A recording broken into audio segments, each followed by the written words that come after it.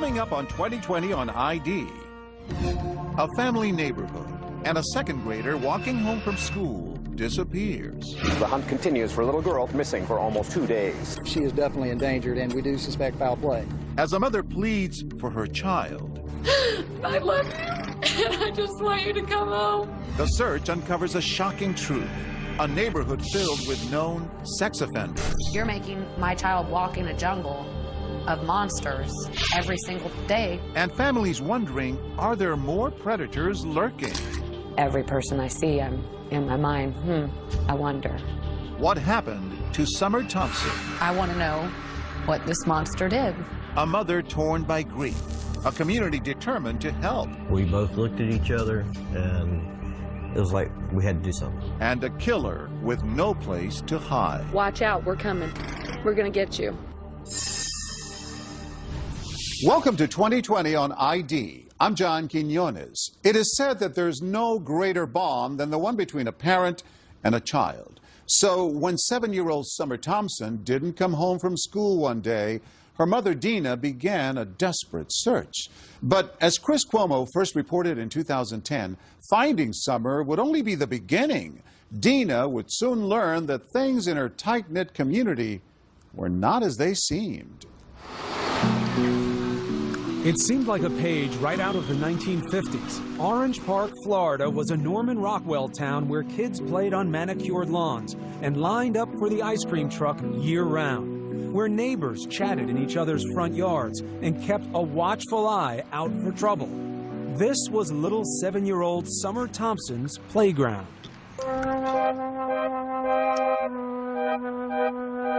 They nicknamed her Grace. Because she was so klutzy. I mean, she could not walk and chew bubble gum at the same time. But she loved to dance. She wanted to be a ballerina. But there was nothing awkward about Summer when it came to showing her affection. I mean, she just wanted to hug everybody. She just always wanted everybody to be happy with her. Not surprising, then, that Summer took it to heart whenever she got teased. What does a pretty girl like that get teased about? She had problems, like, actually with her speech, like, yiddle instead of little. And she was in some special classes to try to help her with that kind of thing, and that they made fun of that fact. Our story starts here, October 2009, when that teasing came to a head. Summer was walking home from school with her older sister, her twin brother, and some friends. A schoolmate made fun of her, and the two exchanged words. Upset, Summer ran off past the other children, disappearing into the crowd ahead. But when her twin brother and older sister arrived home just 15 minutes later, Summer wasn't there. Dina, a medical receptionist, had a friend waiting at the house to watch the kids that afternoon. I texted my friend, and I said just wanted to check and make sure that everybody made it home okay. He texted me back that Summer didn't come home from school. That was at 4:03 that afternoon, more than an hour after school let out. I mean, panic-stricken from the moment I got that text back. I couldn't get that through my brain. Like, what do you mean she didn't come home? She's never done that before. And what calls do you make? Every single person that I could possibly think of in our neighborhood who I had a phone number for, whether it be her older brother's friends, whether it be her older sister's friends, anybody and everybody who lives in my neighborhood. Armed with flashlights, neighbors searched through yards, parked cars, and sheds for any... Within hours, hundreds of residents from Orange Park, Florida were out in the streets searching. By evening, Dina Thompson was living every parent's worst fear, the unthinkable. Summer had vanished in plain sight. I love you, and I just want you to come home. I just want you to come home. The mystery on everyone's mind, how could this have happened without anyone seeing a thing? Nothing. It's a bright and sunshiny day. It's 15-mile-an-hour school zone. Just about everyone on her street knew Summer, the little girl who considered everyone a friend. This man lived more than a half-mile away, but says Summer and her siblings often chatted with him on their way home from school. They loved to play with his dogs. Very trusting. I hate to say it, but, she was the type of person, she didn't know no stranger. And the school crossing guard says it was hard to miss the little girl who always gave him a hug. But on that day, he says he didn't see her. She is definitely endangered, and we do suspect foul play. By nightfall, Dina Thompson was numb with fear. Summer was out there in the cold and dark. She only had her little, like, jogging suit jacket on, and that's all I can remember thinking is that she's somewhere cold and hungry and scared. I mean, all I could do was stay outside because if she was going to be cold, I was going to be cold. Through the night, neighbors kept hope alive, singing Summer's favorite song. You are my sunshine, my only sunshine. You make me happy. The 7-year-old is now the center of a nationwide Amber Alert, even though there is no confirmation she was abducted. Day 2, Dina took her appeal nationwide. She's one of the most loving little girls in the whole wide world. She doesn't know a stranger, and if somebody has her, please just bring her home. She's got a twin, and he misses her, and we all miss her, and we just want her to come home okay. That's all I wanted. I didn't care at that point if this thing got in trouble or not, as long as she got brought back to me safe, alive. Were you believing at that point? Maybe? No, I can't explain it, but I just knew that she was gone. On a hunch, one detective thought to search the dumpsters, but they'd already been collected and were headed off in 23 different trucks to a landfill in Folkestone, Georgia. Police halted the trucks en route and began sorting through 564 tons of garbage, looking for one little girl. With deep regret and sadness that I have to inform you that a body has been found. 48 hours after Summer went missing, the world finally heard the news, which Dina Thompson had already known deep down in her gut. All I remember is losing it. I mean, literally losing it. Neighbors telling me they could hear me, the shrills across the street. The senselessness of it. Why mine? Why anyone's? And my baby was thrown in the trash. How could you do that? How could anyone do that?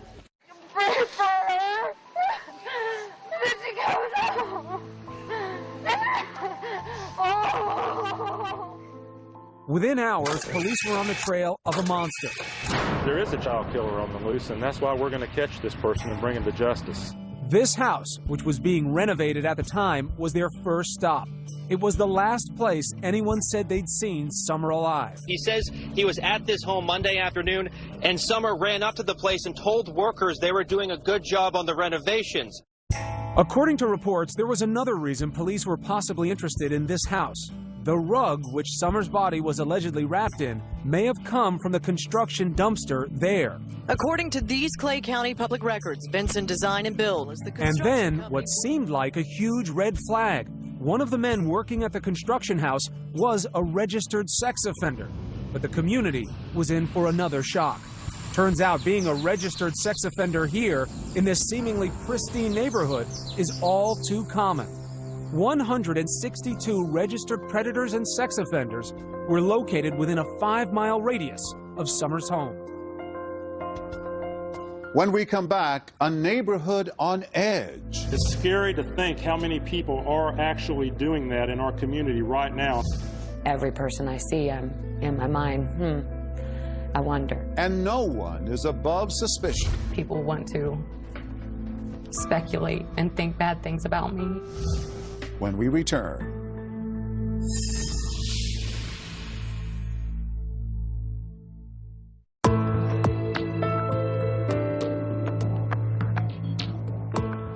Seven-year-old Summer Thompson has vanished while walking home from school. As police continue their investigation, early clues point to someone nearby. But are they looking in the right direction? Once again, Chris Cuomo. As the hunt continues for a little girl. She was wearing a red jumpsuit. She had a red bow in her ponytail. The missing 7-year-old's mother pleaded for her daughter's return. You don't do this to a little baby and put my baby in the trash. After Summer Thompson disappeared, the residents of Orange Park, Florida were stunned to learn that their children had been walking through a virtual minefield of registered sex offenders each day. 162 living in just a 5-mile radius of Summer's home. It's scary to think how many people are actually doing that in our community right now. And I'm talking not in dozens, I'm talking hundreds of cases that we've got out there. It's a very scary thing. Had you any idea? No. Another surprise for Dina Thompson was that early on, she and her friends were under suspicion because in many other missing child cases, family members have been implicated. That's one of the things that hurts me the most, that people want to speculate and think bad things about me. When it came out how many predators were in the neighborhood, Dina says she took more heat for being a single working mother who let her kids walk home themselves from school. But that decision was really made by the state of Florida. By law, because Dina lived less than a mile away from school, her kids weren't eligible for busing. Unbelievably, in Florida and 22 other states, registered sex offenders can live and work within 1,000 feet of a school. That makes no sense to me. You're making my child walk in a jungle of monsters every single day walking home from school. According to these Clay County public records, Vincent Design and Build is the construction company working on the vacant home on Gano Avenue. George Vinson was one of those offenders. He worked at that construction house along Summer's route from school. But Vinson hadn't worked there that day, and his story checked out. The two men who had been there were also cleared. By all accounts, Summer had left this house alive. Within days, police had accounted for the whereabouts of all registered sex offenders in the area. But Dina Thompson couldn't shake the feeling that the killer was still nearby, watching. Every person I see, I'm in my mind, I wonder. Neighbors told us they too eyed each other with suspicion. Just it makes you just not feel comfortable and not feel safe in your own neighborhood. It's a shame. Several of them voiced concerns about an older man living just down the street, known as Grandpa Charlie, whom they said often took little girls for rides on his bicycle. But further investigation cleared Grandpa Charlie of any connection to Summer's murder. Police then turned their attention to another man. This one lived closer to Summer's school. There's only one house between the one where Summer was last seen and the corner where the crossing guard says he never saw Summer pass by. That home is owned by Richard Corpus. Come on, let's go. Corpus is a 55-year-old handyman who works out of his home and spends a lot of time talking to kids. I'm always outside. I mean, I see the kids in the morning, I'm loading up my equipment. I see them in the afternoon. I'm, coming in from cutting grass. I got lots of kids that pass by. We first met Corpus a few weeks after Summer was killed. We found him standing at the corner near his house, greeting children on their way to school. Here he is pulling out his new puppy from inside his vest. He says kids love dogs. I still will go out and greet kids and let them pet my little dog, because I think it brings happiness to the kids in the neighborhood. Corpus says he used to find Summer with her face pressed up against his chain-link fence. Just so the dog will go and lick her face. Because she always ran out to pet every animal. Dina knew her daughter was drawn to dogs, and it had always worried her. It would drive me crazy. I'd be like, Summer, I know you love animals, but you don't know these people, and there's bad in this world, and it would hurt Mommy so bad if you never came back, and my worst nightmare is here. Over the next month, police honed in on Corpus. He says they seized his computers and monitored his calls. I'm not a predator, but I can tell you this, every time the police walk in my house, I start shaking. I know they're following me. I know that they're into my computer, looking, analyzing, and I'm not trying to get emotional, but I'm telling you quite honestly, there are 30 kids right now that are waiting for a Santa Claus. That's because Corpus usually plays Santa at the local Filipino club each year, but not anymore. Because I'm afraid one of these parents will turn around and try to make me out something that I'm not, but just a good, kind man. Corpus says the neighbors had it all wrong. He says he wants to protect the children. I really watch these kids. It's like when they come home from school, when they're going to school, like especially at the end of school. But, the reason I watch the kids is because I'm scared for their safety. When we get back, police keep Corpus in the crosshairs, but turn their attention in a new direction. Why did the shed at this house suddenly disappear? He would run from the shed back there and just run back and forth, back and forth. He'd be out there sometimes 5:30 in the morning just running. New suspect comes into focus. Stay with us.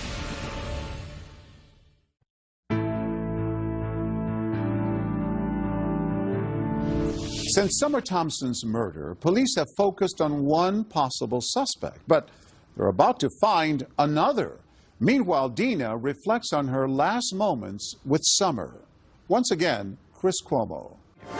This is Good Morning Jacksonville. Good morning out there, October 19th. This is Good Morning Jacksonville. Thanks for joining us. Nearly every detail of the morning her daughter disappeared is still vivid in Dina Thompson's mind. And what she remembers most is how Summer didn't want to go to school that day. She had Monday-itis a lot, you know. Monday-itis? Yeah. She didn't, necessarily want to go to school on Monday. Dina spent more time than usual getting Summer ready that morning. And she asked me to put her hair up, and I put her hair up in a red, rubber band. But there's one detail Dina can't remember, and it haunts her to this day. I like to say that I told her I loved her. I'm pretty sure I did, and that I hugged her, but for some reason, I can't remember that part of it. But every one of those little acts that you did that morning is an I love you, isn't it? But not knowing if he actually said it. Cut a couple lawns and... But for police, it was what Richard Corpus was doing that day that concerned them over the next several months. Some found Corpus's alibi suspicious. He claimed he'd mowed the Lions Club lawn that morning, but that wasn't his usual day. He claims he got back home just as the children were getting out of school and unloaded most of his equipment into his garage, even though he was supposedly heading back out to mow another lawn. Corpus says he never saw Summer that day, but he does remember seeing Summer's twin brother and sister pass by. He says he was too busy to chat. And the little boy, I do believe was the twin, asked me, oh, can I have a ride on your trailer? No. Stay with the group, okay? I have to go. Corpus explains being in such a hurry by saying he went into his house to do paperwork for about an hour, then headed to the country to mow his friend's grass. Police would later search his truck for blood and fingerprints. But police were putting so much manpower into Corpus, they were missing something right under their noses. Investigators had spent most of their time on this house, Corpus's house, because the crossing guard at this intersection said he didn't see Summer. But what if he missed her? If Summer had moved just a little bit farther down this street, Gano Ave, just 2 houses down, there is a home that holds many secrets. Turns out police already had a sex crime investigation pending on a 24-year-old man named Jared Harrell, who lived in this house. But police didn't know that because he'd given them a fake address. It took this couple to put the pieces together. Hair stood up on the back of our necks. We both looked at each other, and it was like we had to do something. Rod Buchanan is a local landscaper. His wife, Lisa, is a nurse. 2 days after Summer's body was found, they were driving down Gano Ave. This is the house here. The vehicle was pulled right there in the driveway. When they spotted Jared Harrell's car at this place, just 3 houses down from the last place Summer was seen alive. Just a gut instinct, just get that sick, icky feeling. We got goosebumps. 2 months earlier, the Buchanans say their children had discovered Harrell's chilling secret. It started when they say they found he'd been stealing things from them while living at their apartment and asked him to move out. They say Harrell left immediately, but he left behind his computer. That would be a mistake. They decided to search the computer at that point, and that's when they found, it was right there on the desktop. It was no effort made whatsoever to hide the material. They told their parents they found child pornography on Harrell's computer, a lot of it. Our daughter and her fiancé both are just extremely distraught over what they saw on his computer. Hardcore stuff. Yes, sir. Stuff that our children shouldn't have seen. Should have never had to see. As soon as they made the alleged discovery, Rod took his wife and daughter to the police to turn over the computer. Flash forward 2 months to October. And then you hear of really profound tragedy. Summer disappears. Yeah. And did you know when you got that news about Summer where Harold was living, that he was on Gano Avenue at the time? You know, it's like surreal. You see this child went missing and your heart just goes out for that family and you don't think anything about you or your family at that point. And then we started thinking about it and we're like, wait a minute, Jared lives over there. Rod and Lisa say they drive by Harold's mother's house on Gano Avenue and discover his car parked outside. We both looked at each other and just go, oh, wow. At the time, police were still combing the area for clues to Summer's killer. Rod and Lisa say they drove to the command center and spoke to the lead detective. We informed him that our children had turned in a computer that contained a lot of child pornography and that Mr. Harold was being investigated by the sex crimes unit. So was the detective able to tell you whether or not they had put this together before you gave him information? No, they had not. He was being investigated on child porn only. And not only did the police not know what you knew, but they had been misled by Harold. Correct. And couldn't place him in the vicinity of Summer even if they'd wanted to. Correct. Correct.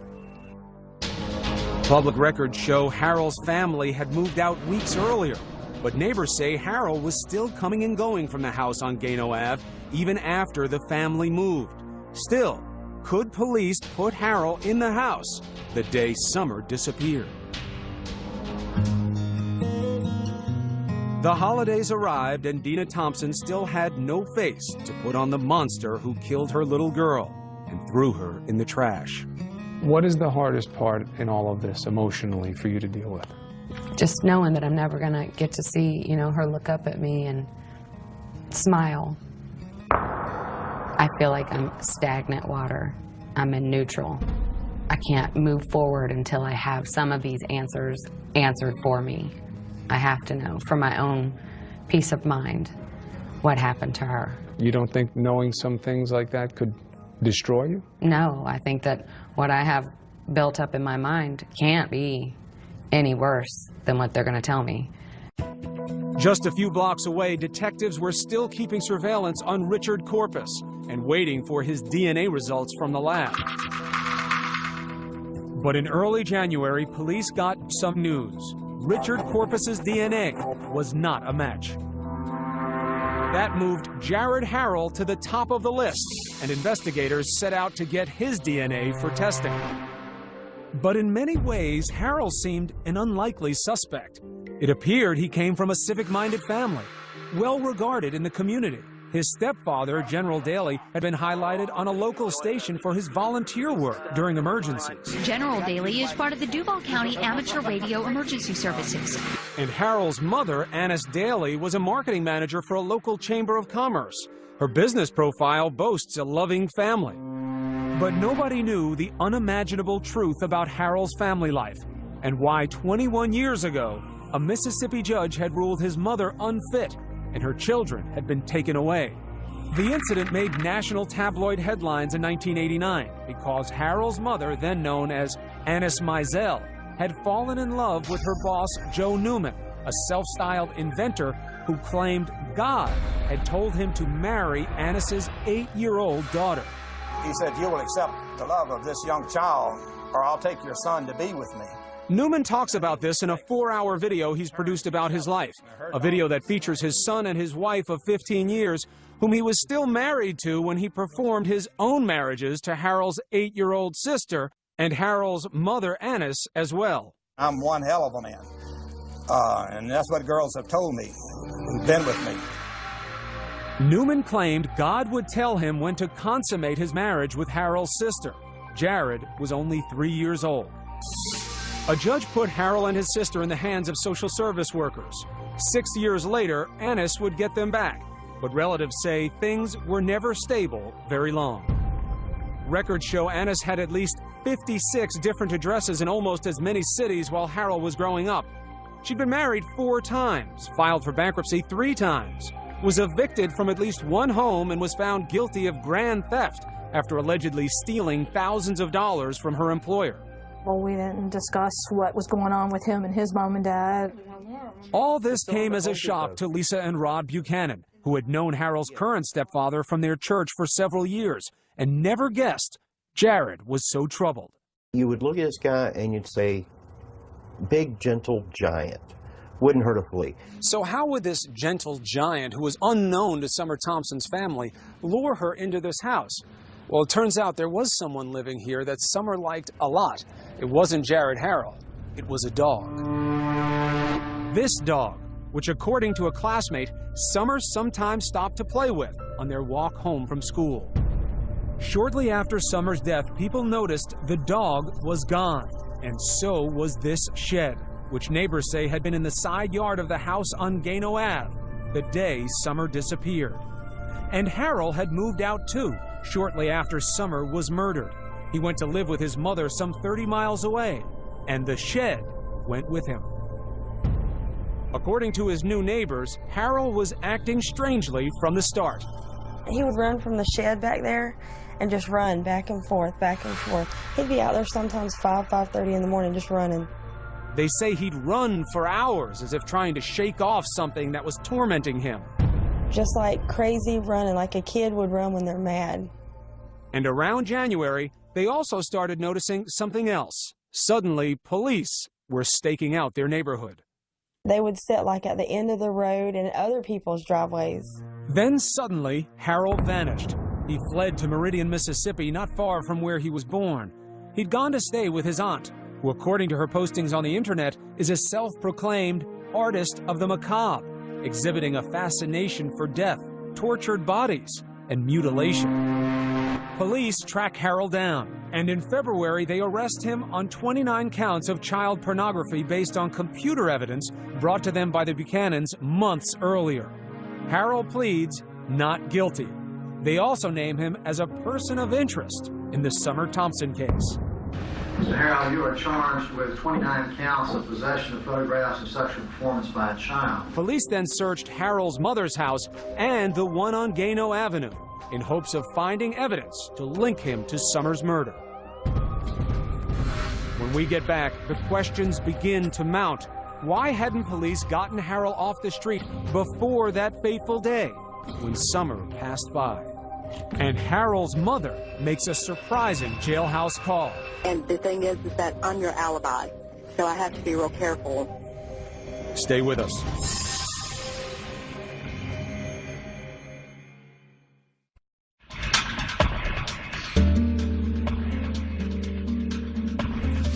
Jared Harrell is in jail on child pornography charges, and police have named him a person of interest in Summer Thompson's murder.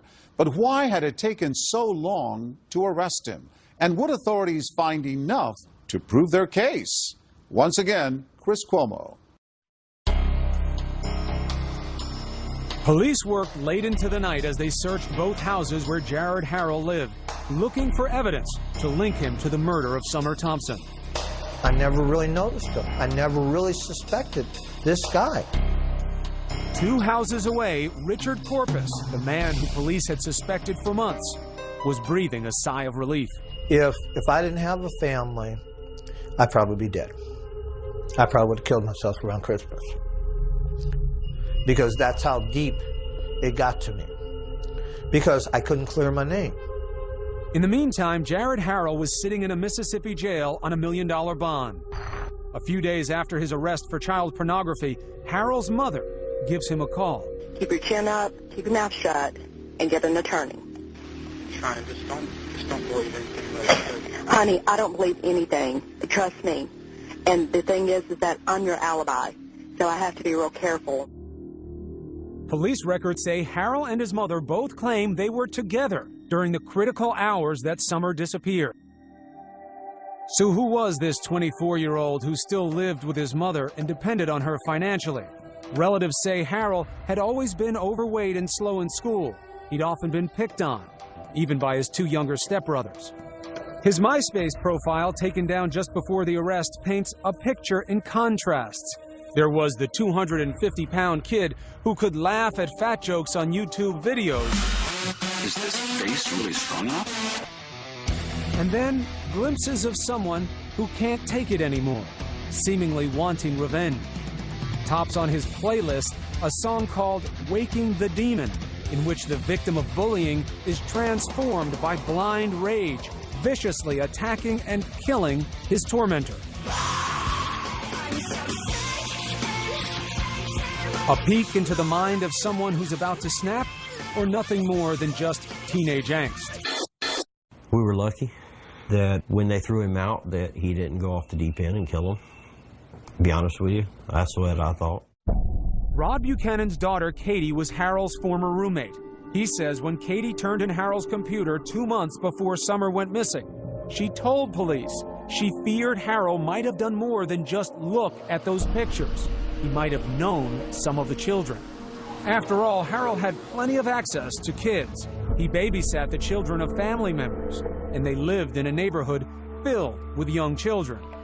But it would take 6 weeks before police would get a search warrant to look at Harold's computer. And several more months would pass before they searched Harold's home, even though they'd been tipped off by the Buchanans that Harold lived nearby. Turned out Katie's fears were real. Right, remain silent. Anything you say, County, will be used against you. Police say they found Harold's camera containing a video with horrifying images of Harold molesting a 3-year-old child. The victim was a relative. Harold was charged with 26 more counts, including molestation. Again, he pleaded not guilty. The mother of the child he'd molested recognized where the alleged crime took place, in Harold's bedroom on Gano Ave. And the question on everybody's mind was, what took police so long to get Harold off the street? What if they had acted sooner, when the computer had first been brought to their attention back in August? Would Summer still be alive? Of course he could have been off the streets. He could have been. Tammy Lears is a computer forensics expert who's worked on several high-profile cases involving child porn. She says the concern that Harold might have known at least one of his victims should have been an immediate red flag. That is probable cause in all of the cases I've seen. That was enough to look. That was enough to go in and get a search warrant so that they could do a forensic preview. Lears says what makes this case different is that police had a tip that Harold might have been molesting someone he knew. They should have acted immediately to see whether there was a child in danger. Because as it turns out, that was true.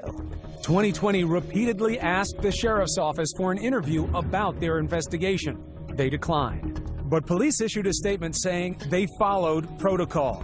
They say Harold claimed he was being set up, and after an ambiguous response on a polygraph from one of the roommates, police say they first had to rule out Katie and her fiancé as suspects. Our children were basically treated as primary suspects, and their internet records were searched, their financial records were searched. They actually had to go through lie detector tests. Our baby cried because they searched her underwear drawer. For 2 months, they investigated them. You don't wonder, under the category of what if, that time had been spent looking at Harold instead of your daughter and her fiance? I think they were looking at him at the same time. He just wasn't cooperating. But the Buchanans actually defend police. Who's to say that even if they went out and arrested him when we turned it in, with being his first offense, that he would have been out the next day or two anyways? And you know, there's a lot of what ifs. What if our kids had not looked at that computer? What if our kids had turned the other way when they found what they found on that computer? A lot of questions wound up coming up about the investigation and why it took so long. What's your take on that? I would say to all the people that have questioned that, to look at it from just a very simple point of view. If I came up to your house or your office, picked up your computer and walked it into a police department and told them that it contained something illegal and that it belonged to you, would you expect the authorities to rush out and arrest you and ruin your name, your life, your reputation, all on my say-so? So you're forgiving of the timeline. You say these things take time. Yes, absolutely. Buchanan says it wasn't what police did that bothered him, it's how the public reacted. Harassing his family after news broke, even making death threats. I really expected the public to be behind them 100%. I expected the public to be out there saying, wow, way to go, guys. They've been accused of turning on a family friend for a reward. Ironically, they can't even get the reward because they turned Harrell in to police instead of to the Crime Stoppers hotline. Buchanan says they could have used that money to pay for his children's therapy because of all of this. She still has nightmares. And the stuff that she saw was so horrific that she can't get it out of her head? It's just burning images. Even the detective told us it's stuff that no one should ever have to see in their lifetime. When we get back, police finally say how Summer was killed, and the family is overcome. Stay with us.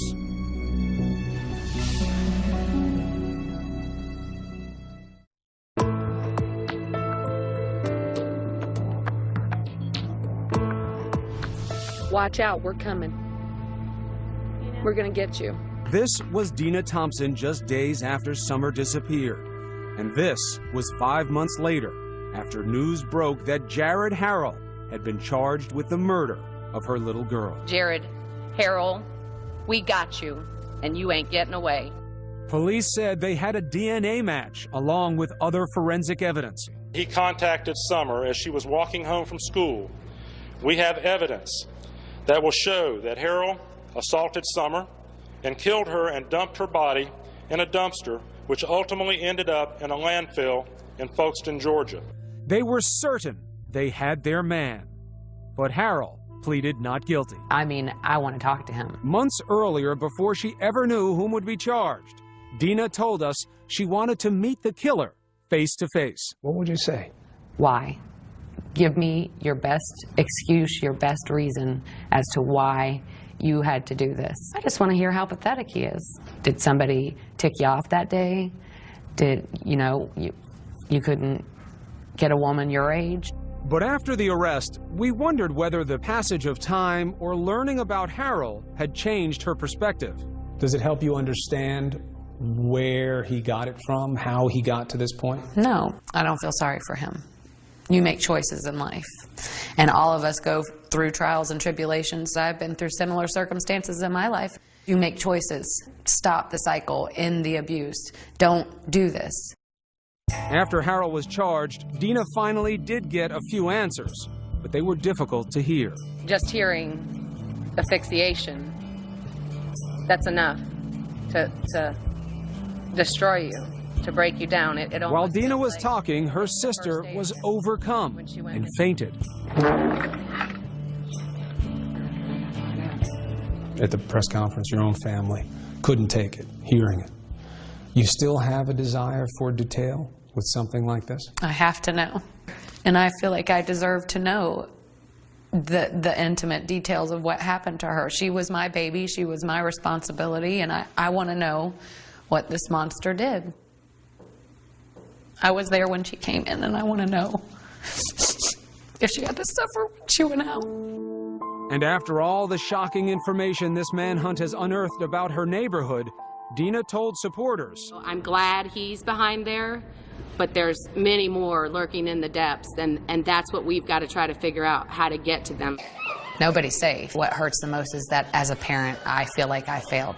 Do you blame yourself? Absolutely. Why? Because I'm her mother and I was supposed to protect her. I was supposed to keep her safe. And I failed at that. You failed. You failed by sending her off that morning, doing her hair and telling you that you loved her and sending her with her brother and sister like you did every other day? I know that it doesn't make sense. It doesn't have to make sense though, right? Not to a mom. But at some point you have to let that go, right? I guess eventually, but I don't know when that'll be. Dina says right now she wants Harrell to get the death penalty, but she finds little comfort in seeing justice served. You set yourself up to think that it's going to make it all better. You're going to be normal again. And I won't ever be normal again. My normal. Dina says she has a new normal, advocating for children. Yes. She wants laws changed, allowing Amber Alerts to be issued sooner, getting predators away from schools, and allowing all children to ride the school bus. God's given me a big mouth, and I plan on using it To start, Dina kicked off the newly formed Summer Thompson Foundation at a benefit concert. I am officially reclaiming our children's innocence and their safety. These animals will not get us, we'll get them. Justice for Summer means justice for children. She says it was a moment of healing for the whole family, especially hearing this from Summer's older sister, Abby. Just know that Summer's never going to be gone. She's always going to be in your heart. And it was a moment of triumph, too, when Abby and her brother sang their tribute to Summer. You'll never know, dear, how much I love you. Seeing your family be strong, seeing them be happy and having joy in life, that's the power. That's the power. And for Summer's twin, a mother's special wisdom to help him carry on. He's asked me, do you think that she has her invisible eyes where she can see through the roof and see through the top bunk and see me? And I said, she's got her invisible eyes. And I tell him that he'll see her in his dreams, and that someday, none of us know when, we'll all be back together. And I said, it will be like you were never apart. You have a message for parents. What is it? What do you want to tell parents like me? Your child could be taken in the blink of an eye, and you'll never see them again. And that is the worst feeling I can even imagine. If they want to do something with you and you think they're going to make a bigger mess, so what? Play games with them, read stories to them, tell them you love them, tell them often. Love your kids. They're a gift from above, and you don't know how long you have with them. Love them with every ounce of your being. Please don't take my sunshine away.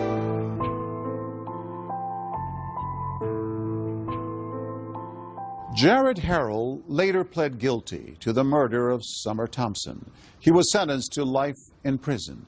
As of 2015, the changes to the laws that Dina advocated for have yet to be enacted, but she continues to hope they one day will be. I'm John Quinones. Please join us next time for another edition of 2020 on ID.